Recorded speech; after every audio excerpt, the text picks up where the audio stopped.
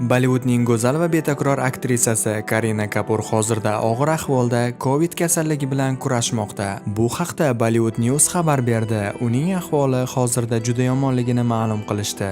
Assalomu alaykum, Maftuna TV kanaliga xush kelibsiz. Bugungi dasturimizda Karina Kapurning hozir og'ir ahvolda ekani va bunga sabab nima ekani haqida ma'lumot taqdim etamiz.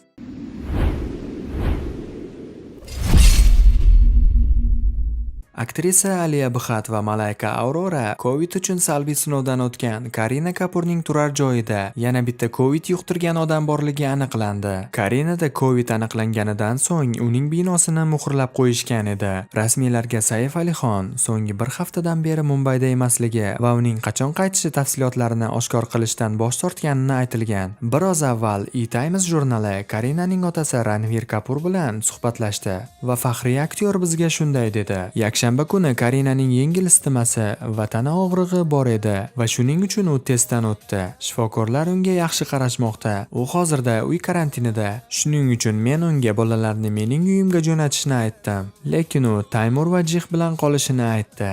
U sog'lom va yaxshi, shuning uchun hammasi yaxshi bo'ladi. Hozirgacha Karan Joharning uyidagi yig'ilishda qatnashgan 8 kishi orasida Karina, Amrita, Sema, Mahiblar Covid uchun ijobiy sinovdan o'tgan va shundan so'ng Karan Johar ham test topshirdi. Test javoblari salbiy chiqdi va rejissyor ijtimoiy tarmoqda bayonot berdi va shunday deb yozdi: Mening oilam va men hamma testlarni o'tkazdik va Xudoning inoyati bilan barchamiz salbiy chiqdik. Darhaqiqat men xavfsiz bo'lish uchun 2 marta sinovdan o'tdim va javoblar salbiy chiqdi. Men aniq aytmoqchimanki, 8 kishilik samimiy yig'ilish ziyofat emas va biz qat'iy protokollarga amal qiladigan mening uyim albatta Covidning qaynoq nuqtasi emas. Bollivud aktrisasi Karina Kapur Covidni ijobiy sinovdan o'tkazganidan bir necha kun o'tgach, u izolyatsiya qilingan vaqtini baham ko'rish uchun ijtimoiy tarmoqlarga kirdi. Dushanba kuni aktrisa va uning yaqin do'sti Amrita Aurora ijobiy sinovdan o'tdi.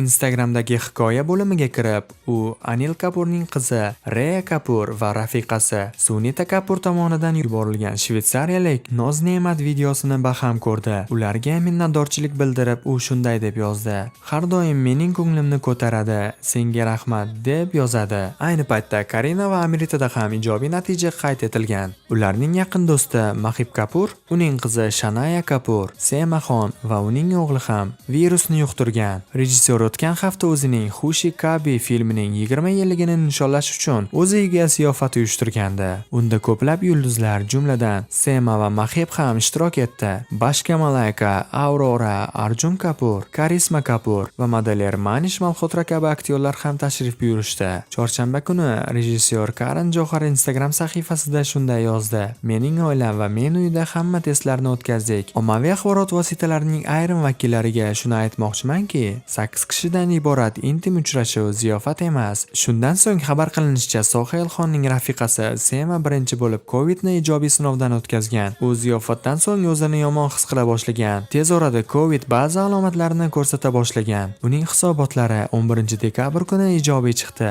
Uning o'g'li Yohan, singlisi Richard Sadxan ham sinovdan o'tgan. O'sha kuni Karina va Amrita ham testdan o'tdi va ijobiy chiqdi. Hozirda aktrisa og'ir ahvolda uy karantinida. Aktrisaning tezda sog'ayib ketishini tilagan holda bugungi dasturimizga yakun yasaymiz. Video sizga yoqqan bo'lsa, like tugmasini bosishni unutmang. Keyingi dasturlarimizda ko'rishguncha xayr, salomat bo'ling.